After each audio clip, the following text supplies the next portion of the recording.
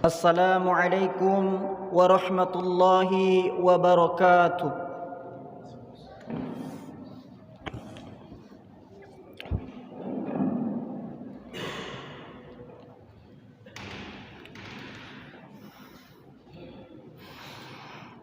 Allahu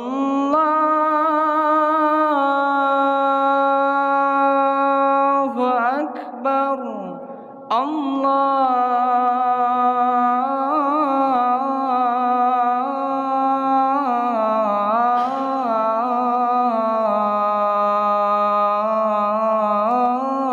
Akbar. Allahu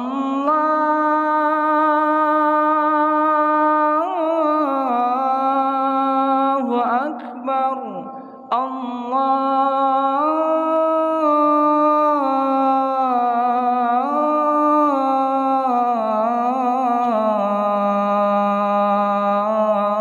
Allahu Akbar.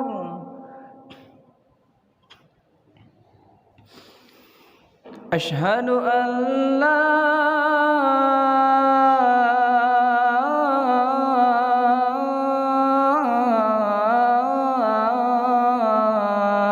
ilaha illallah.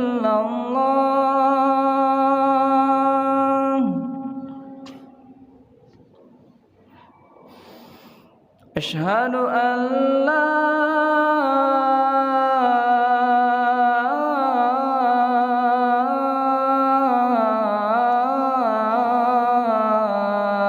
ilaha illallah.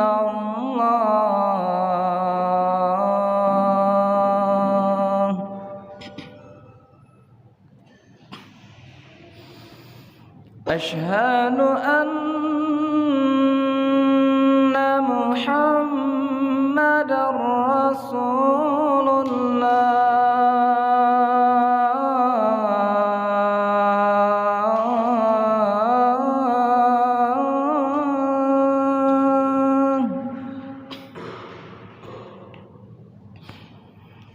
Asyhadu anna Muhammadar Rasulullah.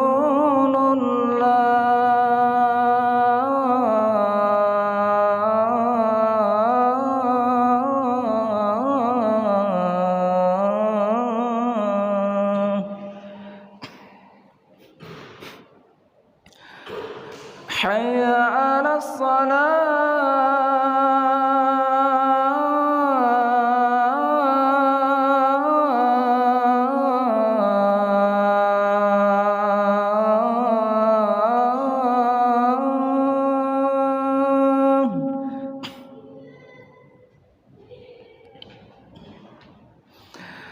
Hayya 'alas salah.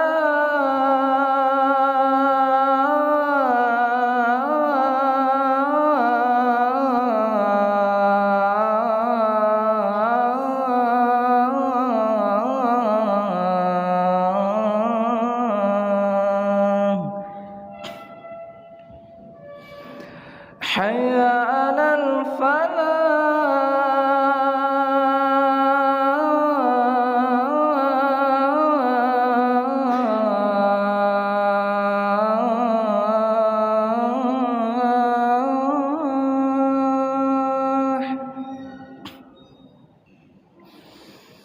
Hayya 'alal falah.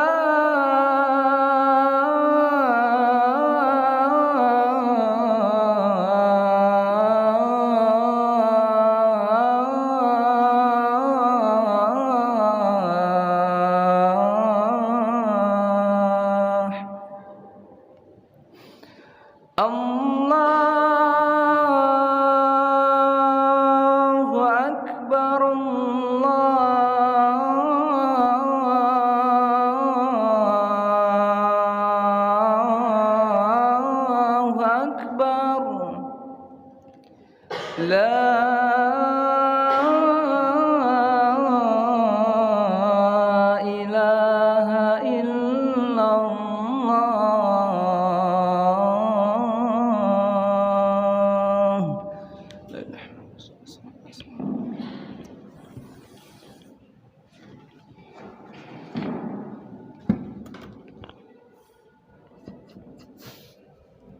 إن الحمد لله نحمده ونستعينه ونستغفر ونعوذ بالله من شرور أنفسنا ومن سيئات أعمالنا من يهده الله فلا مضل له ومن يضلل فلا هادي له أشهد أن لا إله إلا الله وحده لا شريك له وأشهد أن محمدا عبده ورسوله اللهم صل على محمد وعلى محمد. قال الله تعالى في القرآن الكريم أعوذ بالله من الشيطان الرجيم يا أيها الذين آمنوا اتقوا الله حق تقاته ولا تموتن إلا وأنتم مسلمون. يا أيها الناس اتقوا ربكم الذي خلقكم من نفس واحدة وخلق منها زوجها وبث منهما رجالا كثيرا ونساء واتقوا الله الذي تساءلون به والأرحام إن الله كان عليكم رقيبا. يا أيها الذين آمنوا اتقوا الله وقولوا قولا سديدا يصلح لكم أعمالكم ويغفر لكم ذنوبكم ومن يطع الله ورسوله فقد فاز المتقون.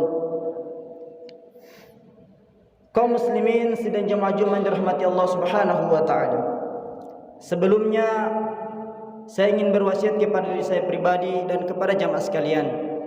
Marilah senantiasa kita meningkatkan takwa kita kepada Allah Subhanahu wa taala dengan cara berupaya untuk menjalankan segala perintah Allah Subhanahu wa taala dan terus berupaya menjauhi apa yang menjadi larangan-larangan Allah Subhanahu wa taala. Kaum muslimin sedang jemaah Jumat yang dirahmati Allah Subhanahu wa taala. Tanggal 27 Rajab diperingati sebagai hari Isra dan Mi'raj. Peristiwa penting ini diabadikan dalam Al-Qur'an surah Al-Isra ayat 1 sebagaimana firman Allah Subhanahu wa taala. A'udzu billahi minasyaitonir rajim. Subhanalladzi asra bi'abdihi lailan minal masjidil haram ila al-masjidil aqsa alladzi barakna hawlahu linuriyahu bi ayatina innahu huwas samiul basir. Maha suci Allah yang telah memperjalankan hambanya pada suatu malam dari Masjidil Haram ke Masjidil Aqsa yang telah kami berkahi sekelilingnya agar kami perlihatkan kepadanya sebagian dari tanda-tanda kebesaran kami. Sesungguhnya Dia Maha mengetahui lagi Maha mendengar. Ayat tersebut mengisahkan tentang bagaimana Nabi Muhammad sallallahu alaihi wasallam menjalani apa yang disebut dengan Isra dan Mi'raj dengan menempuh perjalanan di malam hari dari Masjidil Haram yang berada di Mekah ke Masjidil Aqsa yang berada di Palestina. Kemudian dari Masjidil Aqsa naik ke Sidratul Muntaha di langit ke-7 hingga kembali lagi ke bumi di Mekah dalam waktu satu malam atau kira-kira dalam rentang waktu 12 jam. Dalam peristiwa inilah Allah Subhanahu wa taala bermaksud memperlihatkan kepadanya tanda-tanda daripada kebesaran Allah Subhanahu wa taala. Peristiwa Isra dan Mi'raj terjadi sekitar 10 tahun setelah Nabi Muhammad sallallahu alaihi wasallam diangkat menjadi nabi sekaligus rasul. Selama 10 tahun pertama kenabiannya, Rasul sallallahu alaihi wasallam menghadapi banyak tantangan terberat dalam tugas-tugas dakwahnya. Misalnya jumlah kaum muslimin yang masih relatif sedikit, sementara jumlah yang menentang dakwah beliau lebih banyak dari jumlahnya. Kemudian secara ekonomi beliau juga diganggu dengan berbagai embargo yang mempersulit kehidupan ekonominya. Secara sosial beliau juga dikucilkan dari kehidupan sosial yang dilancarkan oleh orang-orang Quraisy. Dan tidak hanya itu, beliau juga menjalani suasana hati yang amat sangat bersedih dengan meninggalnya orang-orang yang dicintainya, yakni pamannya Abu Thalib bin Abdul Muttalib dan istri beliau Siti Khadijah radhiyallahu anha. Dalam suasana seperti ini, Allah Subhanahu wa taala mengisra dan mi'rajkan Nabi Muhammad sallallahu alaihi wasallam sebagai hadiah atas kesabaran dan ketabahan beliau 10 tahun pertama menjalani Nabi, menjadi Nabi sekaligus untuk menerima perintah baru, yakni berupa salat 5 waktu yang akan diberikan kepada umatnya. Kaum muslimin sidang jemaah Jumat yang dirahmati Allah Subhanahu wa taala. Isra dan Mi'raj bukanlah peristiwa yang biasa, tetapi merupakan peristiwa yang sangat luar biasa. Bagi kebanyakan orang, akal saya tidak cukup untuk bisa menerima kebenarannya. Peristiwa ini memiliki tingkat keluarbiasaan yang tidak jauh berbeda dengan peristiwa bagaimana Nabi Isa alaihissalam lahir dari seorang ibu yang masih perawan. Beberapa hari setelah kelahirannya, Nabi Isa alaihissalam sudah bisa berbicara dengan orang lain guna membela dan membebaskan ibunya dari fitnah perzinahan yang dituduhkan oleh orang-orang Yahudi pada saat itu. Untuk menerima kebenaran peristiwa Isra dan Mi'raj, tidak cukup hanya dengan mengandalkan akal sehat, karena akal manusia memiliki keterbatasan. Mereka hanya punya akal tanpa iman. Sahabat Abu Bakar As-Siddiq radhiyallahu an menerima kebenaran Isra dan Mi'raj karena beliau tidak pernah menjumpai Rasulullah sallallahu alaihi wasallam berbohong di masa hidupnya. Di samping memang beliau seorang mukmin yang cerdas dan tidak sulit untuk bisa menerima kebenaran-kebenaran yang dibawa Nabi sallallahu alaihi wasallam. Kaum muslimin yang dirahmati Allah Subhanahu wa taala. Apakah peristiwa Isra dan Mi'raj bisa dijelaskan secara ilmiah? Dengan kata lain, diterima secara rasional? Jawabannya adalah, kalau kita menggunakan akal semata, pastilah sangat sulit untuk bisa menerima kebenarannya. Tetapi logika atau akal yang dipandu dengan iman tentu akan lebih mudah menerima kebenarannya. Untuk itu, marilah kita coba melihat Isra dan Mi'raj dengan pendekatan ilmiah yang dipandu dengan iman. Pertanyaannya adalah, apakah mungkin perjalanan dari Mekah ke Palestina lalu naik ke Sidratul Muntaha dan kembali lagi ke Mekah ditempuhnya dalam semalam? Untuk menjawab pertanyaan seperti ini, pertama-tama harus diketahui bahwa bukan kemauan Nabi Muhammad sallallahu alaihi wasallam untuk melakukan perjalanan Isra dan Mi'raj, tetapi Allah Subhanahu wa taala lah yang mengkehendaki, sehingga Allah pula yang secara aktif memperjalankan peristiwa tersebut. Dalam peristiwa ini, posisi Nabi Muhammad sallallahu alaihi wasallam adalah sebagai objek, sedangkan Allah Subhanahu wa taala sebagai subjek. Jika subjeknya adalah Allah Subhanahu wa taala, maka bukankah tidak ada yang mungkin baginya? Allah Subhanahu wa taala mampu melakukan apa saja yang Allah mampu, bahkan tanpa ada batasnya. Kata dalam Al-Qur'an, yakni ladzi asra bi 'abdihi, yang telah memperjalankan hambanya, menunjukkan bahwa Allah Subhanahu wa taala adalah subjek dari peristiwa Isra dan Mi'raj tersebut. Kemudian yang kedua, Nabi Muhammad sallallahu alaihi wasallam ditemani oleh Jibril dengan mengendarai buraq. Kita tahu bahwa Jibril dan buraq diciptakan dari nur atau cahaya. Dalam ilmu fisika disebutkan kecepatan cahaya adalah 300 km per detik. Dalam semalam, buraq dengan kecepatan cahaya bisa menempuh perjalanan sejauh 12 kali 60 kali 60 dikali dengan 300 km sama dengan 216 triliun kilometer. Padahal jarak antara bumi dan Sidratul Muntaha atau langit ketujuh hanya kira-kira 5.756 km. Untuk sampai ke langit ketujuh dan kembali lagi ke bumi, buraq hanya memerlukan waktu kurang lebih 10 jam. Jika durasi satu malam dihitung sama dengan kira-kira 12 jam, yakni dengan matahari terbenam hingga terbit, maka masih ada sisa waktu 2 jam. Jika Sidratul Muntaha Nabi menghabiskan waktu selama 2 jam misalnya, Maka dengan perhitungan seperti itu, peristiwa Isra dan Mi'raj sesungguhnya tidak mustahil. Sebab dalam waktu 12 jam Nabi Muhammad SAW dengan mengendarai buruk ditemani Jibril dapat menempuh perjalanan tersebut. Apalagi di sana ada Allah Subhanahu wa taala yang menjadi sutradaranya. Allah Subhanahu wa taala Maha Kuasa atas segala sesuatu. Tidak ada yang mustahil bagi Allah Subhanahu wa taala sepanjang ada dengan keridhaannya.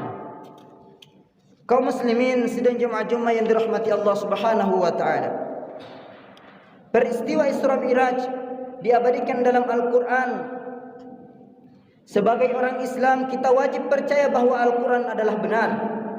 Jika ada di antara kita yang merasa sulit untuk bisa menerima kebenaran Isra dan Mi'raj secara rasional, maka memang tidak semua kebenaran agama bisa dijelaskan secara rasional. Disinilah perlunya iman. Iman akan memudahkan kita menerima kebenaran agama Islam. Iman memang tidak menuntut bukti-bukti empiris. Pada akhirnya peristiwa Isra Mi'raj akan menguji siapa dan apakah ia bisa mengimani ataukah tidak. Mereka yang bisa menerima kebenaran Isra dan Mi'raj secara penuh tanpa mempersoalkan apakah peristiwa itu rasional ataukah tidak adalah orang-orang yang memiliki iman yang kuat.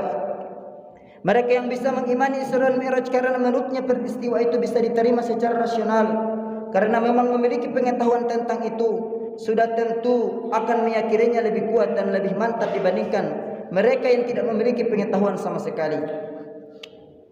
Kaum muslimin sidang jemaah Jumat yang dirahmati Allah Subhanahu wa taala. Isra dan Mi'raj merupakan salah satu mukjizat dari sekian banyak mukjizat Nabi Muhammad sallallahu alaihi wasallam. Setiap tahun kita memperingatinya karena meyakini terjadinya peristiwa tersebut. Umat Islam juga yakin bahwa perintah salat 5 waktu diturunkan pada saat Isra dan Mi'raj.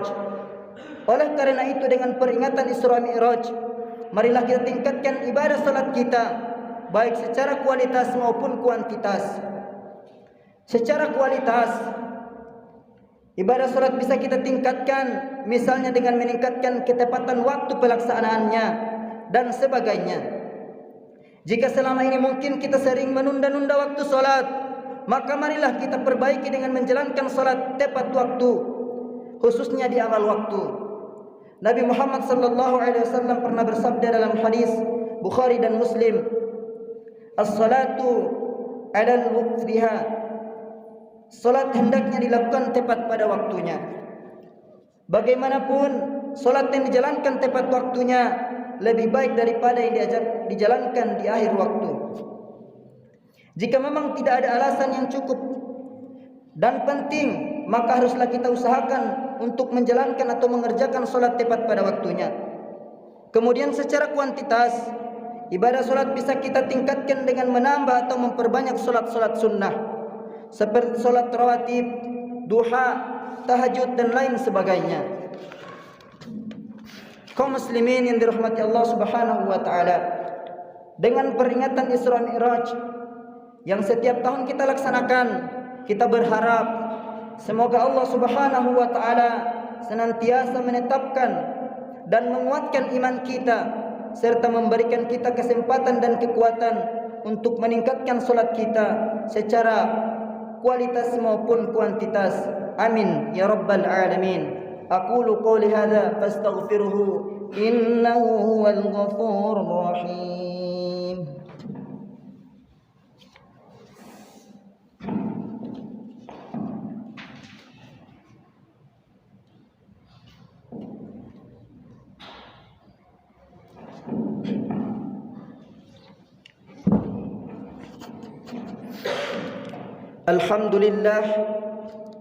Alhamdulillah ala ihsanihi wa syukru lahu ala taufiqi wa imtinan.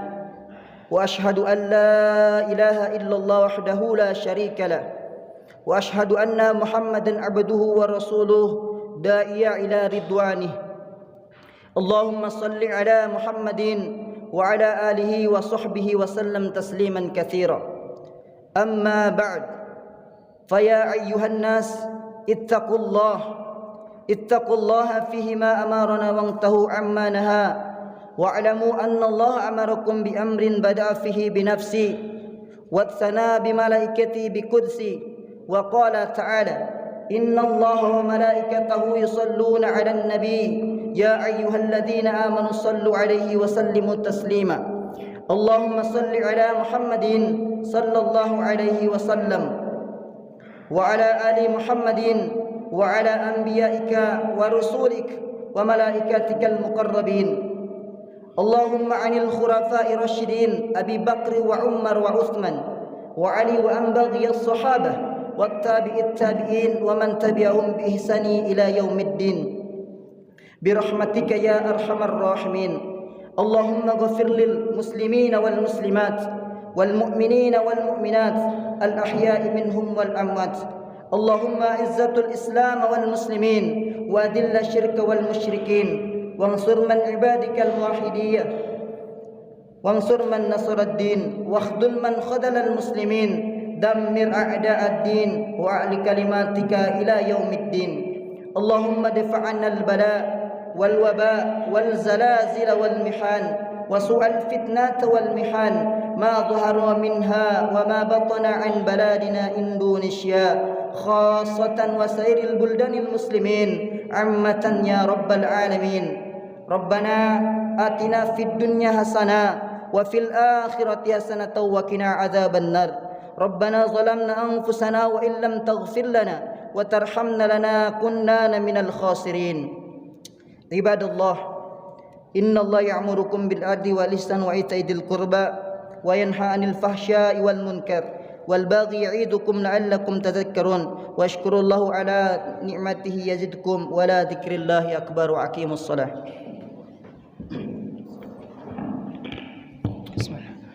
الله أكبر الله أكبر أشهد أن لا إله إلا الله أشهد أن محمد رسول الله حي على الصلاة